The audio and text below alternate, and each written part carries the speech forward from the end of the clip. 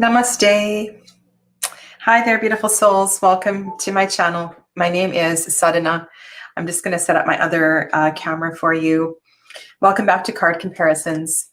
I am an intuitive reader, intuitive healer, and I started this series to support some of the classes that I am teaching, as well as there's just been so many different inquiries about, little details of cards. So I really wanted to take my time with this series and also to listen to your requests, to the requests that you have for, the different confusions. And I've been focusing primarily on the minor arcana, but we will be also focusing on some of the majors coming up soon. And so make sure that you get your requests into the either in the chat today or into the comments below. So let's get camera number 2 happening here. Yeah. Hello. All right. So today we're going to look at the 7 of Wands and the 7 of Swords. And so these are the 2 fiery masculine energy decks. And we're going to, try to get some insight into the subtle differences between these 2 different energies. And I have a couple of different things I'm going to share with you. Some of these you may have heard from other readers and other tarot teachers before, and some of them might be a reminder of different tips and tricks that are going to help you to work through this. So hi, Scorpio Spirit Moon, and I'm going to go to my list in case I asked you what your name was last time. And I didn't. So Scorpio Spirit Moon, I started a list in my books to help me remember people's names. And if you want me to know your name, I will write it down here in my book. Because my memory is not always. And this is such a great, this is Scott. Scorpio Spirit Moon is Scott. I know who that is. Yay. Okay. Excellent. Okay, so let's go and have, yes, I remember who you are. Sorry, with the delay. It just took me a couple of minutes to put everything together. So one of the things I want to encourage you to do is get some 7s and 8s, some 7s of Wands and fire, air and fire out on your table, and to really start to look at them. Let's add another camera. Also, while I'm getting the other camera set up, have a look at I've got lots of courses that are coming up. Yogic Practices to Awaken Intuition is one of my favorite things to teach. And I want to mention that if you have any kind of a meditation practice, if you have any kind of a contemplative practice, you do not necessarily have had to taken the first class in order to hop into this one. You could book a private with me just to, get a little bit of background and so forth, or you could hop right into this class. And this is a really beautiful, so many beautiful practices to help you with your journey with reading, as well as just, navigating life and learning to get a wider perspective on things. Yeah. So that course is coming up. And then also there's so many things that are happening right now, starting up. I have had a lot of requests to do some Reiki training, and I've decided I'm going to do an in-person option as well as an online option. That's starting in early July. And there will be some people locally at my house. So you'll see people in person practicing as well as online. And there's 2 different price options for in-person and online. And that's all on the shop on my website, which you'll see below in the banner. And then the other course that's starting August. So I had to change the date for that one. And that one is Read With Me 2. Read With Me 2 is about tarot and timing.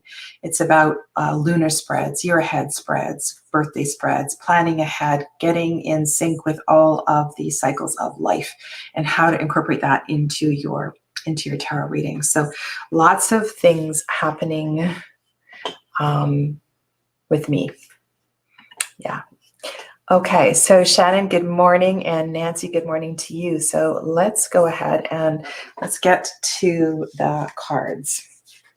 So today's focus is the Seven of Wands, and I've got a few different decks on the table here on the Seven of Swords.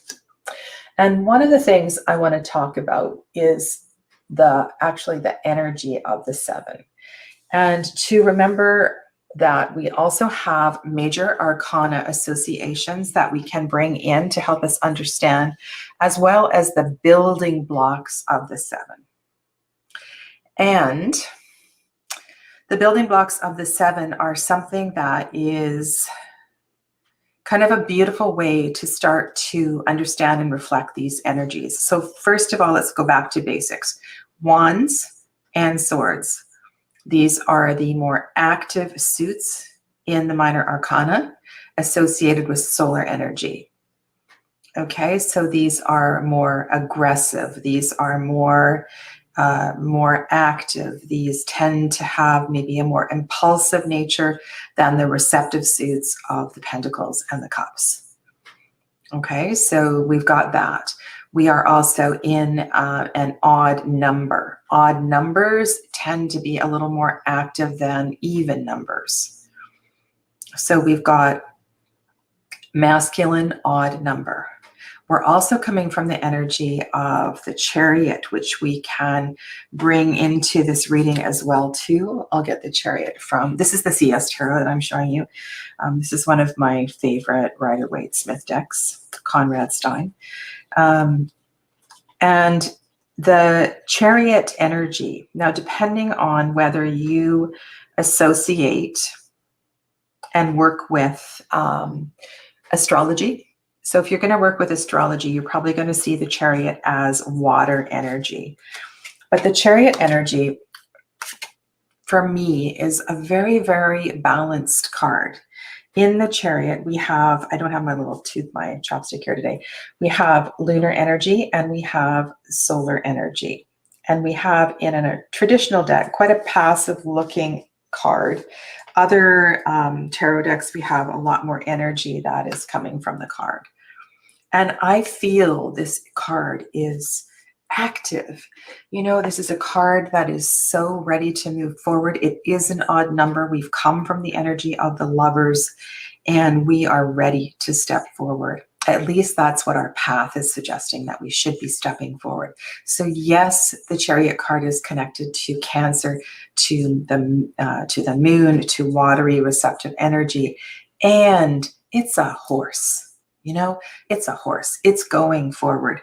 Not necessarily in a traditional deck. We have the two sphinxes here, but I feel like if we can understand and embrace the energy of the moving forward in the Chariot, we can start to understand there's quite a bit of passion and angst. And, you know, I almost feel as if these cards are a bit impetuous, which is a weird thing to say because the sevens in tarot are a very, very magical number.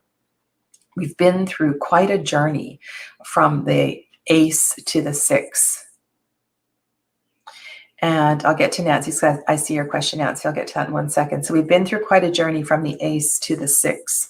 And by the time we get to the 7, we've learned a lot. You know, we've crossed that difficult bridge of the 5. And we're starting to really to listen and participate in this journey to enlightenment. And remember, every single one of the suits has a path to our spiritual awakening. And here we are in two quite challenging cards. Okay, so I'm going to pause there. I'm going to answer Nancy's question, and then I want to talk about the building blocks of the 7. Does the Chariot take mental control since there are no reins? And 7's numerologically reflecting introspection, just stuff I've heard. Okay, so the aspect of the Chariot having no reins, and you'll notice that some artists do choose to put reins on, which kind of annoys me. And for me, this is not so much mental as it is energetic. We have that intuitive inner wisdom that we can dig into, which if you're in the Rider-Waite-Smith, which you dig into in the 8, and you kind of muster up that inner strength to help you to move forward.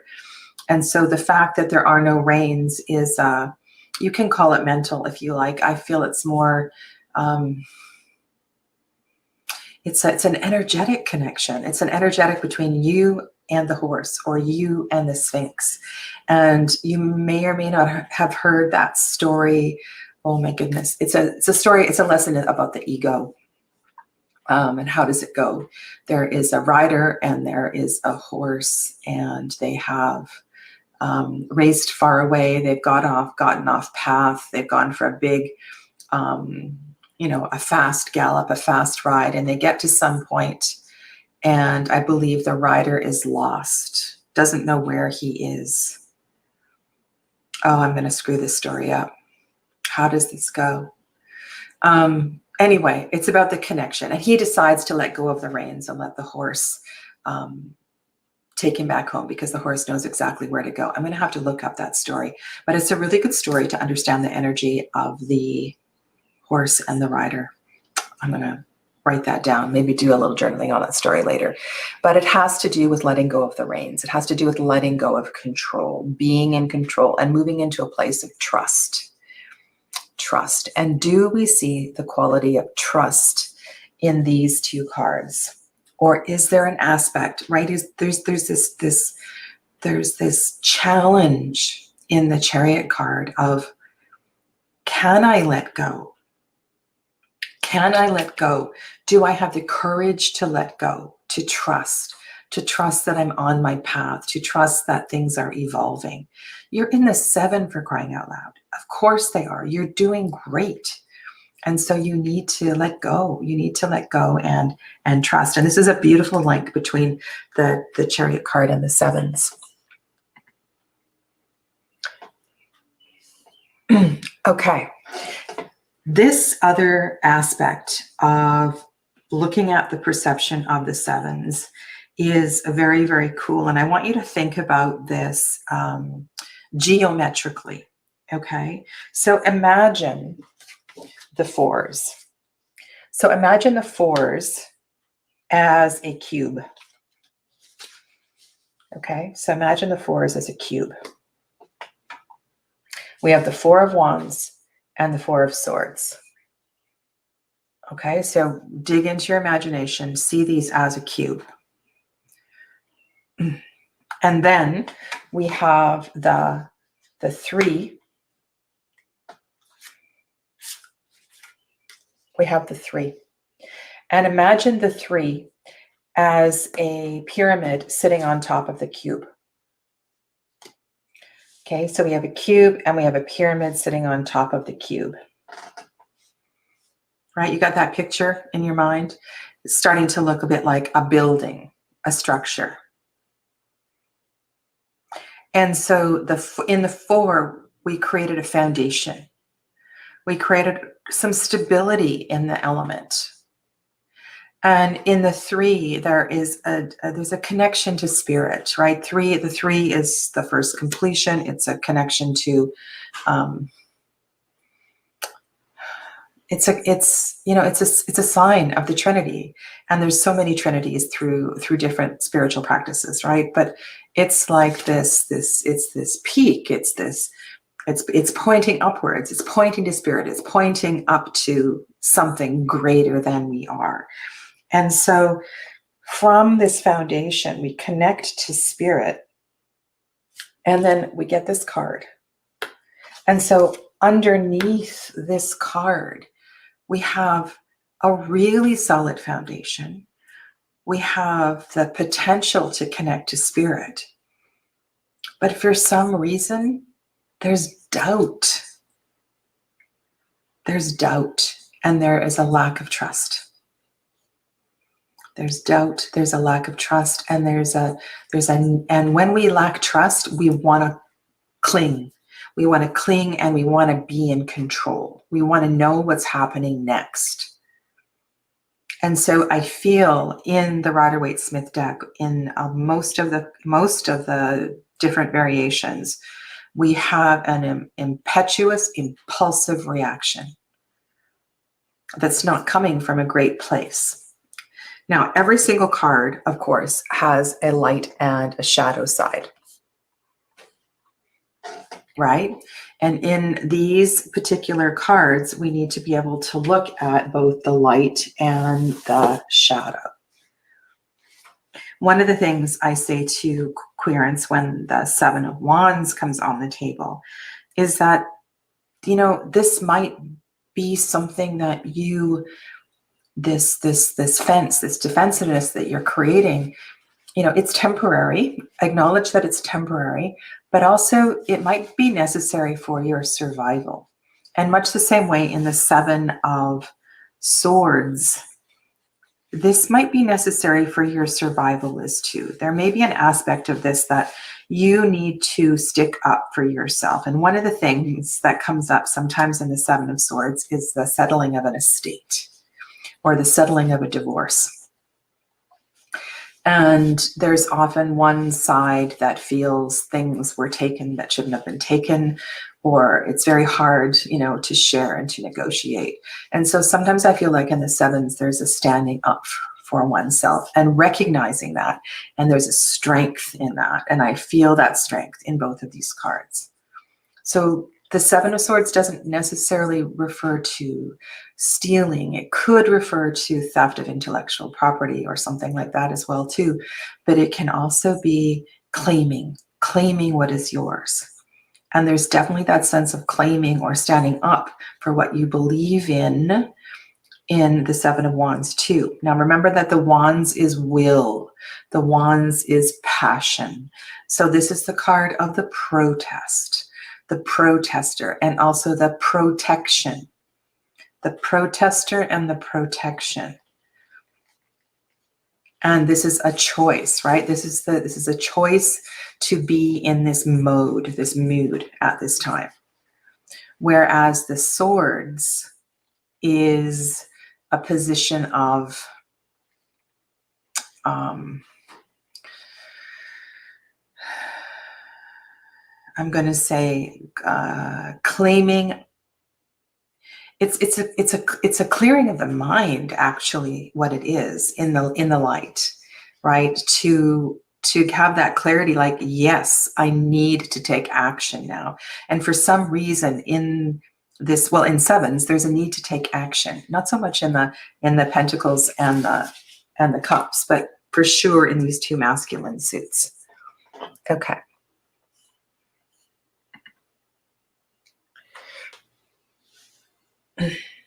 Beautiful, beautiful, Nancy. Love those words. Okay. So this is one piece of this puzzle. Okay. And to remember what is lying underneath it can really help. Not every time, because there's going to be subtle nuances and differences in different readings. Okay. And then also the energy of the Chariot might influence the reading. And I want to look in a reading to see if the building blocks of the seven are present. I also want to look to see if there's other sevens present and if the Chariot is present as well too. Now, another aspect that I often look at in the tarot is, where have we come from? You know, where have we come from? And perhaps where are we going to, but definitely where have we come from? Because that can also inform what is going on in the seven. Because where we've come from in both of the sixes is really, really interesting. So let's just look at that for a moment. Okay. So in the Six of Wands, which is often called the card of success, there is an emergence. There is an emergence from something challenging. So in a traditional deck, we see somebody coming home from a war, somebody coming home from a battle. Love what Kim Krans did with the butterfly emerging from the branches. So I imagine coming out of a cocoon is something quite painful, actually, or that feeling when your muscles are really, really tight, or you've had an injury, or maybe when the fascia starts to crackle and you stretch and it's freedom, but there's also, it's not entirely comfortable. And that whole question in the Six of Wands of, well, are you the person on the horse? Are you the victor? Or in the Six of Wands, somebody had to lose in the Six of Wands as well, too, much like in the Fives. Somebody won and somebody lost. But the sense is that, the assumption is probably that you are on the horse and you have moved forward. And we have to look at the surrounding cards, of course. But when I look at the Seven of Wands, and I want to be mindful, not always, because we don't necessarily navigate the tarot in order. We don't go through the Fool's Journey, nor do we go through the minor arcana in order. We have lots of influences in our life. But there's an aspect of the Six of Wands in the Seven of Wands. And so there's a reason that you feel defensive in the Seven of Wands, because you know all that you have been through in the Six of Wands, right? And so whether you are a soldier coming home from war, or you are a butterfly emerging from a cocoon, perhaps that was caught in a bunch of branches, you're fully aware of your journey. And so be okay with that. Own it, and be strong with it. And I feel that having the big picture is really kind of important. Now, as a yoga teacher, as a healer, I want to always make sure that the querent is being present. Like, we need to move through the reading. We need to know what's going on right now. And so right now is the most important. So that is why I don't tend to go and have a look at the 8, but a little bit of information about, okay, where have we come from? What's being processed here is really, really helpful. Now let's look at this, the 6 and the 7 of Swords, and the kind of the journey through the swords, right? Super challenging suit, lots of challenging energy. In the 6 of Swords, there's an unknown aspect. We don't know what's on the other side of that water. We just know that we've committed to leaving, and whether we're leaving by choice or by there's just really not any other option, we have to go. And remember, this can be a physical journey, but it is also an emotional, mental journey as well, too. So we are moving to a new place. And then when we get to that new place, in most of the decks, we've carried the baggage with us, right? We've taken the swords with us on the boat. We've carried the baggage. We've carried all that stuff with us. And so we see that stuff in the 7. It's still there. We carried it. We took it. We chose to take it with us. And so now what are we going to do with it? Are we going to claim it? Are we going to wrestle with it? What are we going to do with it? This is a really different interpretation. And last week I showed you the Druid Craft 7 of Swords with the older gentleman at the writing desk, which is a really interesting interpretation. And I'll get that card for you in just a second. So he's sitting there at the writing desk, and I'm wondering if in this particular 7 of Swords, if he feels like it's his duty, it's his dharma to reveal this story. And there's some anguish. You know, nobody likes to be the bearer of bad news. Nobody likes to right the wrongs. But I feel almost as if picking up this pen and sharing this painful story is not only part of his karmic journey, but it's going to help his family. It's going to help the community around him. And I'm wondering if we can take the message from the Druid craft and find that message in the Rider-Waite-Smith. I'm wondering if that is at all possible. So let me just pick this up here. So let's go to the voice and the mind and the thought, and let's look at the swords as the pen, the sword as the pen, the sword as the voice. And in the 7 in the Rider-Waite-Smith, I'm carrying those swords. I'm taking those swords because there's something I need to do with them. I need to share these swords. I need to share these words. And remember, if you go swords backwards, it's kind of, well, if you look at it, right, the word play and you move the S around, you get words and swords. And I kind of like that, that play there. So I'm wondering if in stealing those swords away, the ulterior motive is one of revealing something. I feel like there is a reveal. Now, I don't have the beautiful Rebellion Tarot handy here.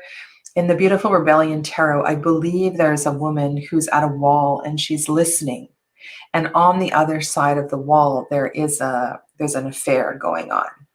Could be her partner, could be, you know, her friend with having some infidelity or whatever. But she's hearing something on the other side of the wall. And now it's her choice. It's her choice whether she is going to reveal that secret or not. And so with this card, there's so many, many possible interpretations. And the way that we're going to determine what the interpretation is by the surrounding cards. And the power of tarot is in the story. And so we want to lay out, you know, at least 3 cards. And for me to do, I would say, you know, 5 to 9 cards. It's so beautiful to, because then you have this opportunity for confirmation. You know, you have this opportunity to get repeated messages and to confirm your intuition as well too. So these are really, really beautiful cards. Let's go to the chat. Nancy's got a couple of comments here. I think of how often people who win the lottery then have trouble in life, have to defend themselves from those who would steal from them. That's really interesting. And I believe there was a TV series made about that, like how to survive your experience with, you know, with winning the lotto. That's really interesting. And then another comment, as a communicator, the swords may write about their transformation or journey. In the 6, and trust me, writing about anything is a bit of suffering. And part of that experience, isn't part of that experience I might as well get out for you the 6 of Wands in this deck too, just so you can see it. I feel like part of the experience there is because we never know how another is going to interpret. That's not what I want. I want the 7 of Wands. We never know how another is going to interpret our words. You know, we have,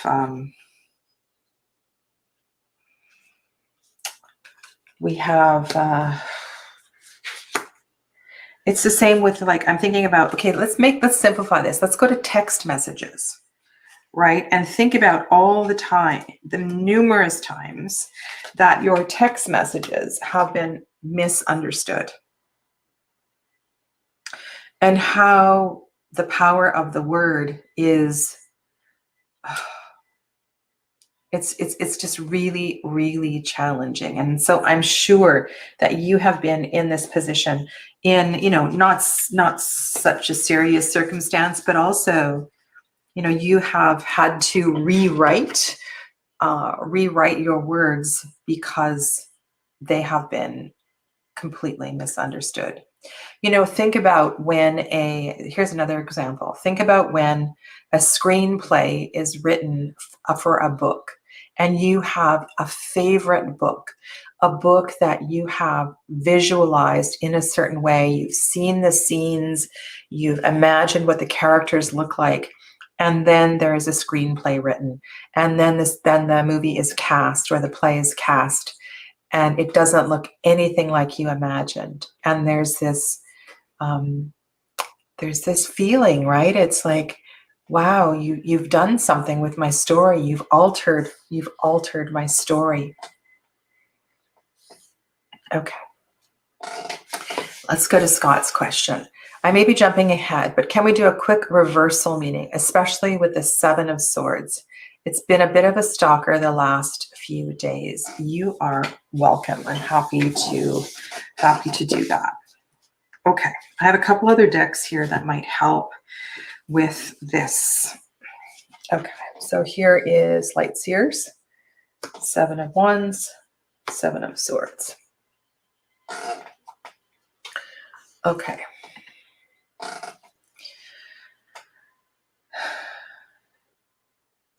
There's a level of protection in both of these, right? There's a level of protecting something. And so when these cards show up upside down, and so in both of these cards, I feel like the person in the card is choosing to take control. And when the card is upside down, I feel like there's a hopelessness. There is perhaps a lack. There's a fear that we won't be able to take control. Okay, so if we look at the upright card in its light aspect, right? In its light aspect, it's about owning something. So in this one, in the Light Seers Tarot, there's like a claiming of your spirituality. So I'm going to do both of these examples. I don't care. Well, that's not true. If you're a spiritual person, you care deeply. But I am at a point in my life where I'm going to claim my spirituality. I'm going to do my spiritual practices. I'm going to burn incense in my house. I'm going to pray and meditate. I'm going to lead workshops and host circles. And I'm going to own this. Okay? What I feel like when this gets turned over is that the rug has been pulled out from underneath you.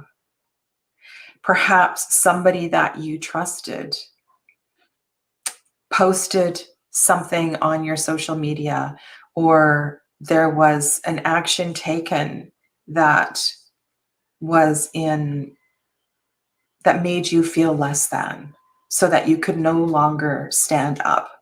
So you've lost a sense of confidence. You've lost your will, or your will has been diminished.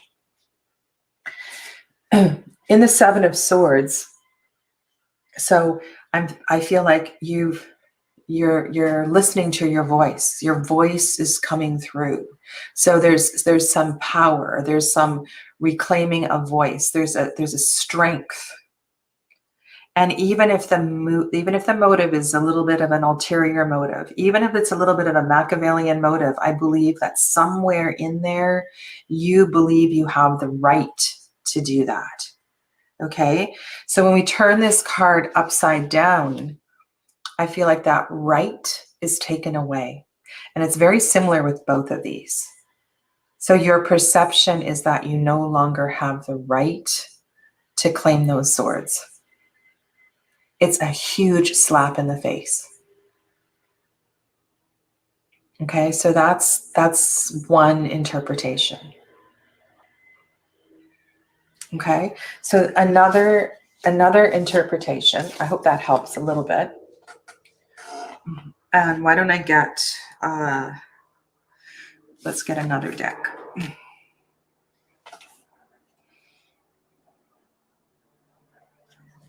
Okay, let's use the Fountain, because this is kind of actually a scary Seven of Swords, I think.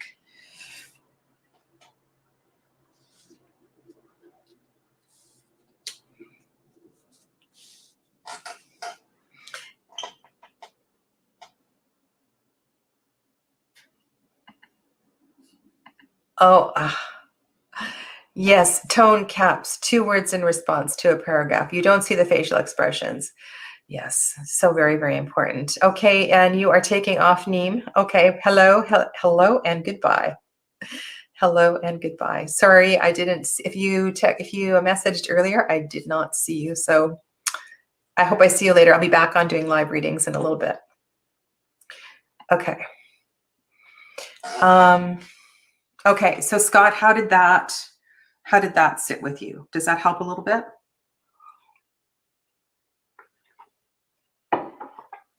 The other way that I look at reversals. So let's have a look at the Fountain Tarot here.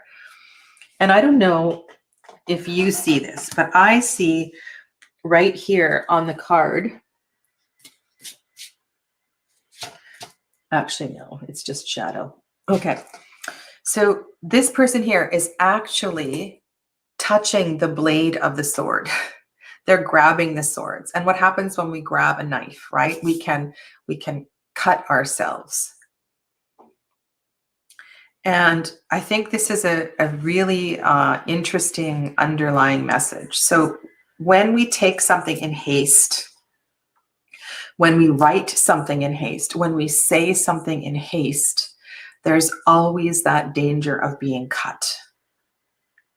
There's always that danger of blood being spilt. There's always that danger of blood being spilt. And so perhaps it's a good thing that all 7 swords aren't claimed. Here also in the Lily White Tarot, there's 1 sword that falls away. And I'm thinking that makes the journey a little bit lighter. But what happens when we turn that upside down? Does it mean we don't get cut? I don't think so. If I'm going with that kind of interpretation, I feel like we need to be really, really careful.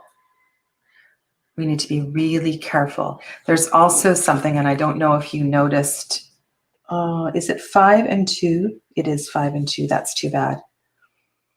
You know what I was thinking? It would be really, really cool how to draw this card. If this were 4 and this were a 3, this person is grabbing the 4 and leaving the 3. And then when we turn this upside down, it kind of emphasizes the fact that the 4 and the 3 are now reversed and the foundation is up high and the spirituality of the 3 is down below, but that's not the way it's drawn in this picture. Okay, so the other interpretation would simply be one of extreme caution. Be really careful and about what it is that you are taking. I feel like upside down, this is way more cautionary than it is in the upright position. This is the element of air. And when air gets tousled about, when air is upside down, when words start to get jumbled around, things can get really, really volatile. So I feel this card is extremely volatile upside down. I do think with the 7 of Swords, there could be a sense that you haven't planned very well. Okay.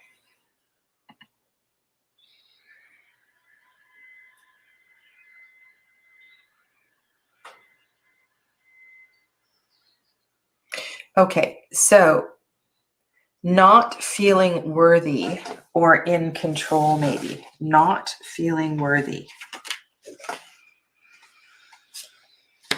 Not feeling worthy. Yes, I get that. So yes. So what I was saying earlier was that you feel like you don't have the right you don't have the right to take the swords.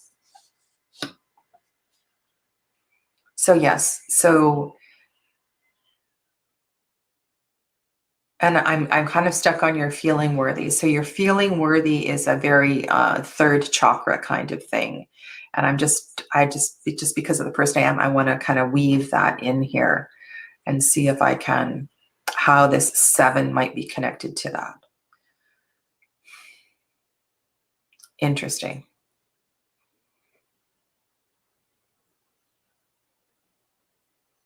For sure, like a warning. Yeah, for sure. Let's go to Beth. Hello, Beth. Holding on to the 5, conflict and strife. It would be so much easier to grab the 2, balance in partnership. Yeah, you can say that again. And I think there is subtle messages in all the different decks. So for some reason in this deck, we're taking 6. We're taking the harmony of 6 and leaving the ace behind. And you could write these really subtle, where did we go? We could take these subtle messages as well too. So here we've, again, 5 and 2 are left behind.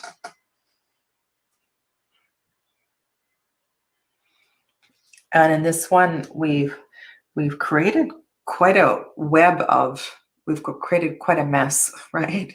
We've got this whole intersection and web of the 4 and the 3. 4 are pointing down to the ground. 3. I don't know. I'm always, I like what Beth said, because I want to pay attention to the artwork in each of the cards, because I think each illustrator is going to add something a little bit different. Do I have any others on the table? I think those are the only ones I pulled out for today.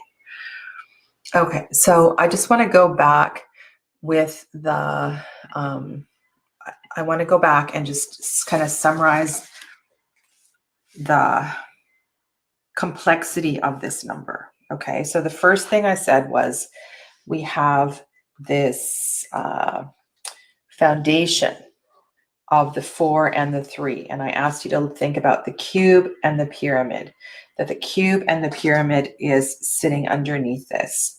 And so there's a beautiful magical number, right? This is an incredibly powerful number, and don't forget about the magic in the 7, right? It's a very, very auspicious number. Okay, so the 4 and the 3 is a part of the structure of the 7. We can't, there's no denying that. We also have the energy of the Chariot linked to this card. Okay, and if you are doing numerology by reduction, then the star, there might be some influence from this 16, from the tower as well too. And the tower might help to inform, to break through. The tower energy might help to break through what it is, help to break through and bring clarity to the action that you are taking in the 7. And so pay attention to this. Now, not everybody does the numerology by reduction. Sometimes the numerology is done, and that's why I was saying the star, because sometimes people just use like the 17 of the star and they associate the star. There's a couple of different schools of thought on this. And so I pay attention to both. Okay, so that is one. And then the other thing that I was saying is that if we are conscious of what was going on in the 6, that might also help us to understand what the querent is going through. So where have we come from? Where have we come from, and where are we now? This might also help to bring some clarity to this, okay? In the Light Seer's Guidebook for the Seven of Swords states a need to erect energetic boundaries. Okay, a need to erect energetic boundaries. Okay. So this will be kind of like the last thing that I'm going to do here. Let's get another 7. 7.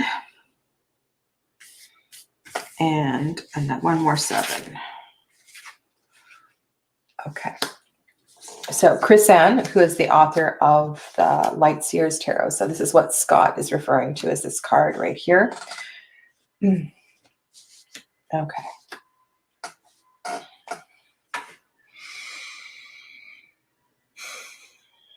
Energetic boundaries.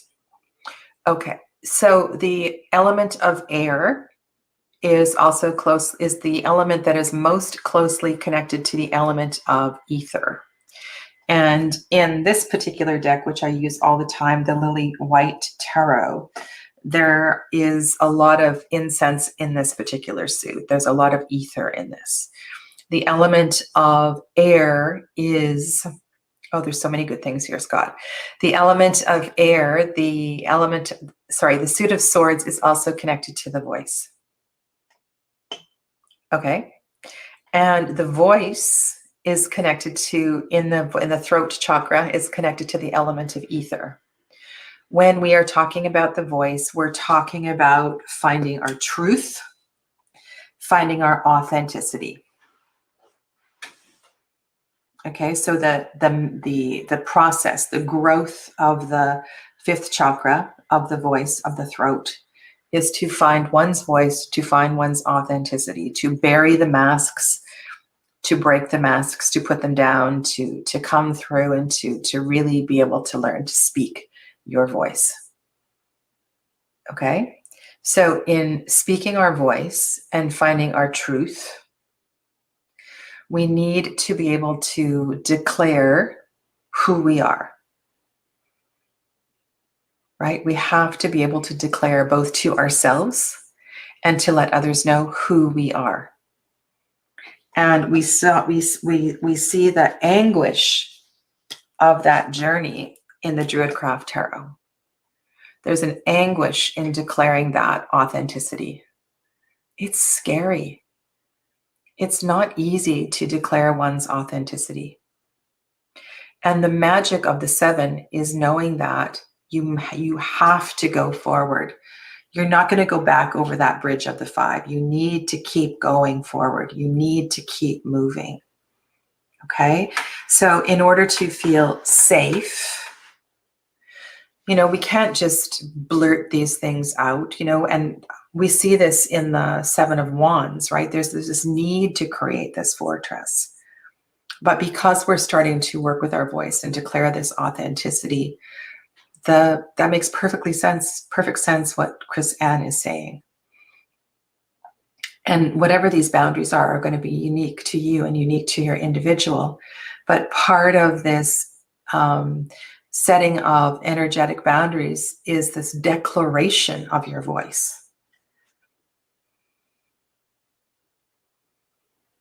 And think about this in terms of relationship, because often this card comes up in a relationship reading. And in a relationship, if we don't set the boundaries, if we don't set the emotional boundaries, if we don't set the physical boundaries, if we don't set boundaries, then there's a lot of miscommunication, misunderstandings. So I think in Miss Chris Ann's words, there's many, many, many layers here. Okay.